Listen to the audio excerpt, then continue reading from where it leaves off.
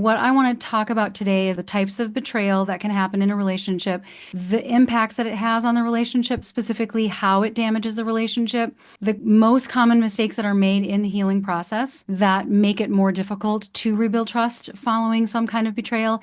And then finally, there are 7 essential steps to overcoming betrayal and rebuilding trust.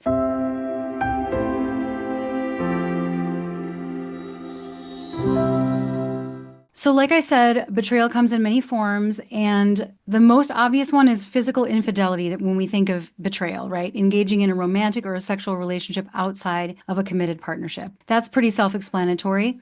There's also emotional infidelity, which is more complicated, I think, because a lot of times it's easy to dismiss that as not actual infidelity because it isn't physical, but that's where you're developing a deeper, intimate connection with somebody outside of the relationship. Any kind of we're just friends kind of relationship that borders on becoming a primary relationship, where the relationship outside of your marriage or long-term relationship becomes the confidant. Anything that puts you on the outside of that primary relationship and the inside track of communication. Lies and deception is also, of course, obviously a form of betrayal, keeping secrets or misleading a partner. Even lies by omission, not direct lying, but where you're really keeping things from the other person and you know that's kind of what they're getting at, but they haven't asked exactly the right question. So you can justify, well, they didn't ask me, so it wasn't really a lie, but you know that that's what they want to know. That's a betrayal, right? That's deception. Broken promises is also another form of betrayal, repeatedly failing to follow through on commitments.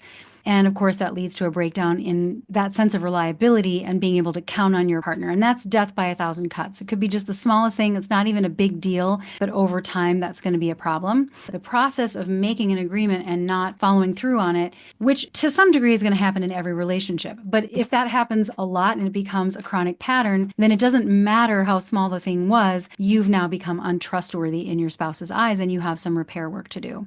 And then the final form of betrayal is neglect and abandonment, like emotional neglect. And it can be physical withdrawal or it can be emotional withdrawal. It can be stonewalling. Anything that leaves a partner feeling unloved or unwanted would be considered neglect or emotional abandonment. So if you are experiencing, feelings of rejection frequently, or if you feel like they're just not there for you in times of need, or like when it really counts, you turn toward them in distress and they're not there for you. When you have an experience of being alone in dealing with something difficult and you can't really share, or if you ever get the feeling that your partner would just be happy if you just kept quiet, like as long as I just keep it to myself and don't complain, they're fine. So then you're left holding something by yourself. That can also create feelings of betrayal. What builds trust in a relationship is knowing this person is available for my bids for connection. They're turning towards me with their own bids for connection, and they're putting care into the foundation of our relationship.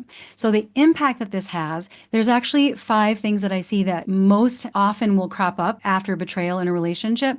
Those 5 things that I see most often are damaged self-esteem, right? Because the betrayed partner is going to feel inadequate, especially if it's infidelity. They're going to be wondering, what did I lack that this other person might have had? Anger and resentment, obviously, because even after an apology, the hurt partner can really struggle with just the hurt of like remembering and reopening that wound every time you remember it. And the anger is a secondary emotion, right? It's a defense against the hurt, which in some ways is healthy, because if you get angry, it means that there's a part of you that is loving yourself and saying, I deserved better than that. And that is a boundary violation for me. And I didn't deserve that. And that's wrong. And so now I'm mad, right? So that can actually be very healthy. So it's not anger in and of itself. It's just when it's not processed and it's not repaired properly that it can become very toxic over time. The other thing that gets in the way of healing from betrayal is hypervigilance and anxiety on the part of the betrayed spouse. So trust is replaced with suspicion, and that leads to behaviors like if it was infidelity, if I use that example, checking messages, checking email, overanalyzing conversations, wondering where they are, who are they talking to, living in a state of fear of further betrayal. I worked with a woman years ago where she was ruminating so much and she was really trying to not check his email. She was trying not to check his phone. She was trying not to do all those things. And she felt like it was this pull inside of her physically. She couldn't stop herself because it had become the level of an obsession. Even though in her case, he had given her the passwords and had given her what she needed for transparency. And so she was really trying to limit that because it wasn't serving her, right, to stay in that state of rumination. But that really gets in the way of healing because you're in that heightened state. You cannot have the right kind of repair conversation or really heal or hear what they have to say or receive the repair attempts from the betraying spouse when that's happening. And we're going to talk about the transfer of that hypervigilance as an antidote to this later on when we get into the solutions. Then the remaining two things that I want to touch on in terms of impact is that there's a loss of emotional safety because the relationship, which was once a place of security and a sense of feeling like this is my safe space, is now unpredictable. It doesn't feel like you can trust it anymore. And now you're second guessing yourself and you're thinking, everything that I thought was real, now I don't know if it's real. You start to look back on old memories and question like, oh, was this betrayal happening at this time? So now how many of the memories that I have of the years that we were together are tainted by this betrayal? So it really calls into question the entire relationship. It's not just from the betrayal on. It really throws into chaos the entire relationship that preceded awareness of the betrayal. And that's really devastating because the ground that you were standing on, it now feels very wobbly. And it's hard to bring your best self into that situation. And then finally, there's, of course, breakdowns from all of the things I shared. There's breakdowns in communication because of the emotions, because the conversations become very guarded and defensive and accusatory. And there's such a charge, an emotional charge to those conversations. It can trigger shame. And so people get really stuck in repair and feeling like they're going in circles. They're just going nowhere. And sometimes the betraying spouse, they feel like they're trying to fix it, but they feel like nothing that they're saying is really landing. And then they just get really exasperated and they kind of move into this mindset of like, I just want to move on already. And that doesn't work. But in spite of these impacts, healing absolutely is possible. It's just a matter of how do you approach it with the right mindset and with the right strategies. So before we get into the solutions, because there's 7 steps, I want to just touch on the top mistakes that most couples fall into when they're trying to heal from betrayal. And I'll go through these really quickly, but these are the common pitfalls that you need to be aware of. Like really, be on the lookout for these and try to sidestep them before you even try implementing some of the solutions I'm going to share. The first thing is rushing the process. Healing takes time, and trying to force healing and rush the process and try to get the hurt partner to move on more quickly is always going to be counterproductive. It tries to bypass how healing actually works, and it ignores the psychological processes, and it also creates a little bit more of a re-trauma when the person who's trying to heal feels like they're taking too long, right? It just compounds the entire process. Avoiding difficult conversations is kind of an outgrowth of that. If the betraying spouse feels shame, they don't want to think about it, obviously. It's painful and they're trying to do things differently. And so they want to avoid those conversations. And maybe the person who was betrayed also wants to avoid it. But an open dialogue is going to be necessary for healing at some point. The other thing that happens is that there's a lack of true transparency. This is super common where the betraying spouse will withhold details to soften the blow. And they sort of like trickle truth, right? I know that you can only handle this much, so I'm only going to tell you this much. And then once we've reconnected and I feel that we're a little bit stronger, then I'm going to tell you something else that I feel like then you'll be able to handle that. But what that does, and maybe it's not a conscious intention, but sometimes people, like the person who did the betraying, will do that unconsciously because either they don't have the courage to speak the full truth, or they project and they think that their partner can't handle it. And so they just kind of like instinctively only give a little bit of information. But then when later on they share more, it reopens the wound. And now they're like, I was trying to trust you again. I was trying to rebuild trust. But now you lied to me again, right? Because I was asking for this information and you only told me some of it. And now I'm going through that all over again. How can I really ever know when you've actually come clean?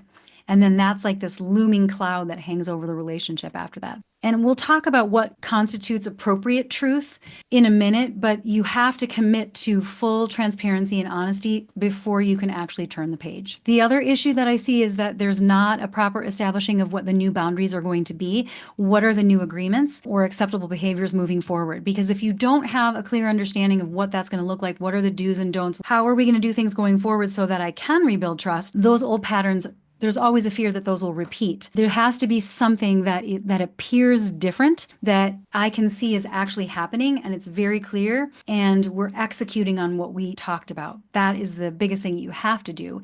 So by just kind of hoping for the best, okay, remorse has been expressed, I'm going to try to forgive, now let's just hope for the best and move on. That doesn't work as well as actually having really clear agreements on what are the rules of engagement going forward.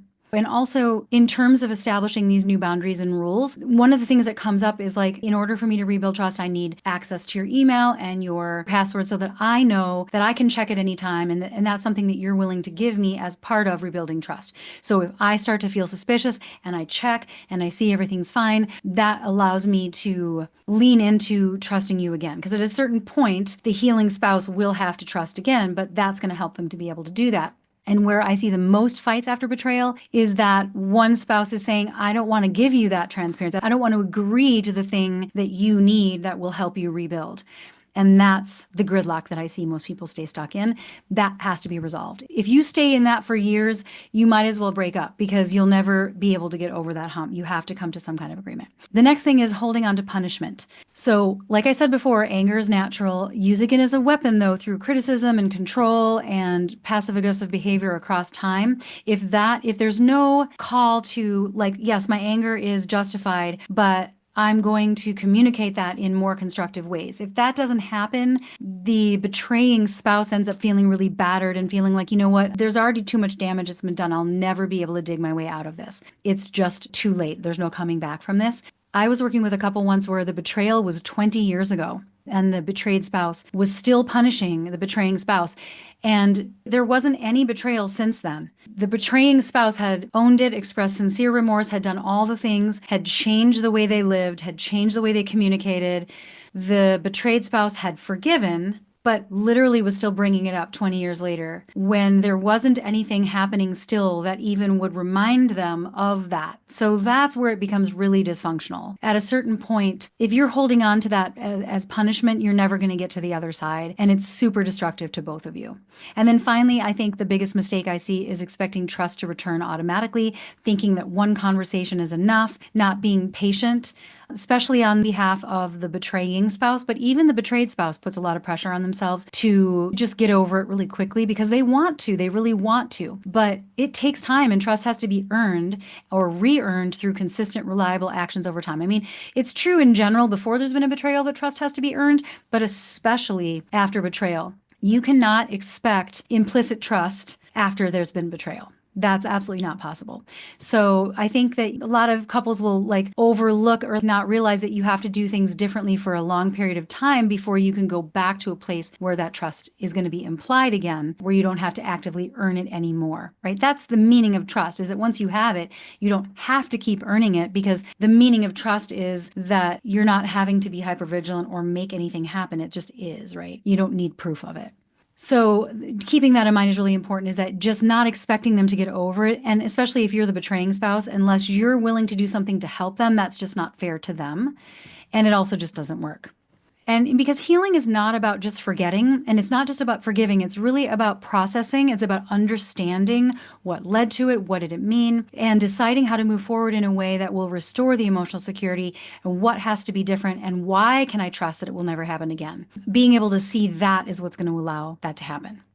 So these are the 7 steps that you need to have to overcome betrayal, and you can make the relationship stronger than it was even before the betrayal if you do it right. Because by the time you come through this process, your foundation is so good. You've uncovered a lot of things that were never actually dealt with before the betrayal. And there's a level of communication and a level of knowing each other and a level of healing and closeness that comes from it when you do it right, that you would never want to give that up. And the betrayer who's earned this back would never want to do anything to jeopardize that again. But it has to be done the right way. So here's what has to happen. The first thing is that there has to be genuine remorse and full ownership. Okay, the betrayer has to show genuine remorse, not just regret for getting caught, but deep empathy for the pain that's caused. You can feel that. You know when someone's given you that. That's acknowledging not only what they did, but the impact of their actions and how that must have felt for you, like the empathy, taking full responsibility without justifications or shifting blame, and being very patient as their partner processes those emotions or expresses those emotions. So part of expressing remorse and ownership is to also own the fallout. So in other words, to sit and listen to the person share how it's impacted them. That's part of ownership. The second thing is there has to be full truth, and I talked about this before, and transparency. If there has been infidelity, and you're not willing to now be more transparent than you were before the infidelity, you will not rebuild trust. So if it's like, well, I was cheating on you and I was never where I said I was going to be, and I won't share my location, and I'm asking you just to believe me because I said I was sorry, and I'm not going to show you my phone. I'm going to be secretive of my phone, and you're not going to have passwords to anything. I honestly would say, like, there's just no way in hell that you will ever come out the other side. So if you're the betraying spouse, you have to be willing, temporarily at least, maybe not for the rest of your life. Maybe you have values that are like, no, I want privacy. I want my partner to have privacy. That's true. I mean, in a healthy relationship where there is trust, that's a moot point. Like nobody's even worried about what the other person is doing in their phone. They're not concerned because they have the trust. But if you've broken trust, it's on you to create that transparency. So that means being able to answer questions honestly without unnecessary painful details. And I'm going to get into this in just a second, but you have to be able to answer questions honestly. You have to be able to provide access to the necessary communication channels to restore the trust, like I mentioned, and to find out, like, what do you as the betrayed, hurt spouse need to rebuild trust, and to be willing to give that to them as long as it's not unreasonable or in some way compromising your dignity. I think transparency doesn't compromise dignity. So I guess that's a very subjective thing, but within your values and who you are, that's what you have to really look at. Do I think that this is a fair ask? Is this something that I would need if I had been betrayed in a similar way? And if the answer is yes, then you should be willing to give that.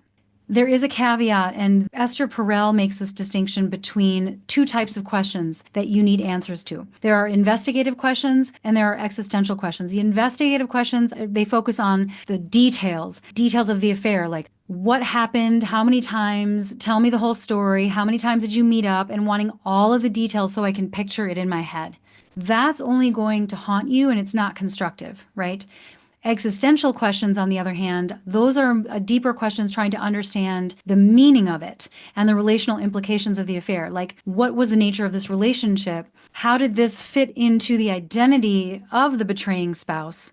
And trying to understand, like, what led this to happen? What were you called to do? What was the meaning this had to you? What need did this meet for you? What were you getting from it? Do you still love me? Do you want to be with me? What were you looking for that led you to this? And did you consider the impact on me or the family, or were you hoping to get caught? Like, those are the kinds of questions that help you understand where they were coming from, that allows them to open up more and understand themselves more, because sometimes they don't understand or they're not able to fully articulate what that is. But once that can happen, then the betrayed spouse starts to see, as you transform from this process of questioning, you start to recognize as you heal, like, oh, this person who betrayed me, they've evolved and they've changed. And the level of self-awareness that they have and the learning that we've gained, they're not the same person anymore. And they wouldn't even do that anymore. Like, that isn't even the same person. And that's how I trust them. That's how I know it won't happen again, is because they have evolved. They're not the same person because now they have a different understanding, and they're able to show me and explain to me how it's different, why it's different, and why it won't ever happen again. But until you have that deeper understanding, it's really hard to find that. So just make sure that when you are coming clean about everything, be very mindful about what, it's not that you want to lie, but you also want to be very intentional about what sort of question behind the question is this actually speaking to, and is it helpful? Is it helpful in rebuilding trust? And if the answer is no, then it wouldn't be worth answering. Step 3 is that you need to create a safe space for processing emotions. Now, I touched on this earlier about how your safe space is compromise and betrayal. For the betrayed partner, your emotions are going to be up and down, and it's so important that the betrayer holds space for those feelings, listens without defensiveness, is validating the emotions instead of minimizing them, and is understanding that healing is not a straight line. It might be that for a few weeks you're feeling really good, you feel like you're coming out the other side, and now the betrayed spouse says, like, having a flashback or remembering something, and they're bringing it up to you again because they're feeling safer, because you feel like you're healing. Now they feel like it's safe for them to bring this up to you again. That's the place where you have to be really careful as the betrayer, not to be like, to think that you're now backsliding, because you're not backsliding. It's just another level. It's like peeling the layers, right? Because you've created enough safety, now they can come to you with that memory, with that challenge, and you can hold space for them. Again, it might take more than one apology. It might take more than one conversation of holding that space and acknowledging the impact that it had on them, and being able to feel that with them. And sometimes it's not about fixing it. You can't go back in time, right? All you can do is help them to feel like you care and you're present and you're listening and you're not trying to block it to protect your own feelings. You have to be willing to feel with your spouse who you have impacted with your actions. That's the only way you can get to the other side. Step 4 is you have to establish new relationship standards, and that means you have to have very clear agreements about behaviors moving forward. What's acceptable communication with others, what's okay and what's not okay. Like if you've been getting a little bit too close to that work friend and you're texting outside of work all the time, now we have a new rule of engagement that that's not happening. You only talk at work. Or if it became a full-blown affair, now we're not working at the same location anymore, right? It might be that we need to transfer. How will transparency be handled? Will there be passwords being shared? What steps are going to be taken to prevent future issues if there is a risk factor involved here, like a weakness that the betrayer is working on? What are the boundaries that you can put into place? Not the betrayed spouse, not the betrayed spouse is not putting boundaries on the betrayer, but the betraying spouse, they have to figure out what they're going to do to set themselves up for success and to eliminate risks as they are healing, and getting really clear about what are those boundaries and agreements moving forward. This is a huge opportunity to define a new relationship that's based on mutual respect and trust. You cannot turn the page on the past and truly move on if the present moment still in any way resembles what was happening during the time of the betrayal. Right? If they're still looking at their phone and being secretive about their phone, that still feels a little bit like what it used to be when the betrayal was happening. So there cannot be any reminders of that. There has to be enough new ground to be able to turn the page. Step 5 is you have to be very reliable and consistent with these changes. Actions speak louder than words. You can say anything you want, but unless you're actually living it, and if you're not executing on what you say, you're not going to rebuild trust. So it's consistent behavior over time that shows that you're trustworthy, that includes keeping commitments, big or small. It doesn't matter if it's as small as like, I'm going to stop and pick up diapers on the way home. Like, if you say you're going to do it, do it. It also means being where you say you're going to be, proactively demonstrating reliability. And one really powerful way to do this, where I talked about hypervigilance earlier, if the person who betrayed takes on the hypervigilance, instead of them having to ask me where I was, instead of them wanting to know who I'm texting or who I'm talking to because their mind is struggling with that right now, I'm going to be hypervigilantly communicating to them everything that they would want to know so that they don't have to be hypervigilant, right? That's also a really incredible thing. If you're somebody that's trying to heal the relationship and you're the one that wants to rebuild trust, you take on the hypervigilance, free them up. You tell them, hey, by the way, it's going to take me a little longer to get home. Hey, by the way, I am going to have to talk to that person at work for this thing, but I'll let you see the interaction, it just let me know, or I'll show it to you, or, just anything that would be something that they would want to know, that they don't have to be the one seeking that information. That would fall under this category of proving that you are reliable and consistent in the agreements that you've come up with. And then forgiveness and letting go of resentment is huge on the part of the betrayed or hurt spouse. Forgiveness, again, it's not about erasing the past, but it's about choosing not to let it control the future. It's about choosing to release the past as a way to interpret the present moment. That's what forgiveness really is. It doesn't mean you forget. It's about, and what you need for that, I think, is acknowledging the pain without staying stuck in it, being willing to see any genuine change in the betrayer's actions, be willing to see the changes. That's hard because it's like you want to still be mad, but you have to look for evidence to the contrary so that you can start to stand on this new solid ground that you're building. The other thing you have to do too is decide to move forward with a renewed commitment to the relationship. So if you understand the meaning that the betrayal had, whether it's that they're chronically lying about stupid things because of their trauma history and they're scared to tell you the truth, whatever it is, and if you can see that there's been growth and learning from this, and like I said before, if you can see that they're not the same person that made those decisions to betray you before, then you can choose to release the past as a way to be open to what you are now creating. That's something I had to do in my marriage, and I've mentioned this to some of you before. I've heard this, where there wasn't anything happening in the present moment that I needed to forgive, but every time I thought about things in the past where I felt like there was an inequity around parenting when the kids were small, I would think about it and I would get upset. And then I would have to remember it's over, and we've already talked about it, and he's already apologized, and he understood it, he got it, he did all the things. It's not like that anymore. So why am I going back in time and getting upset and having feeling that reaction in my body physiologically over something that is no longer happening? It just seems like a waste, right? You're not living the life that you're actually in. You're allowing the flashbacks to take over. And it wasn't even like that bad. Flashbacks is too strong of a word for this example that I'm giving you, but you get the idea. You have to hold yourself accountable as the hurt spouse. If all these things are in place, like at one point, will I just choose to let it go and not keep bringing it up over and over again, right? And then the final step is you have to seek support when you're doing this all alone.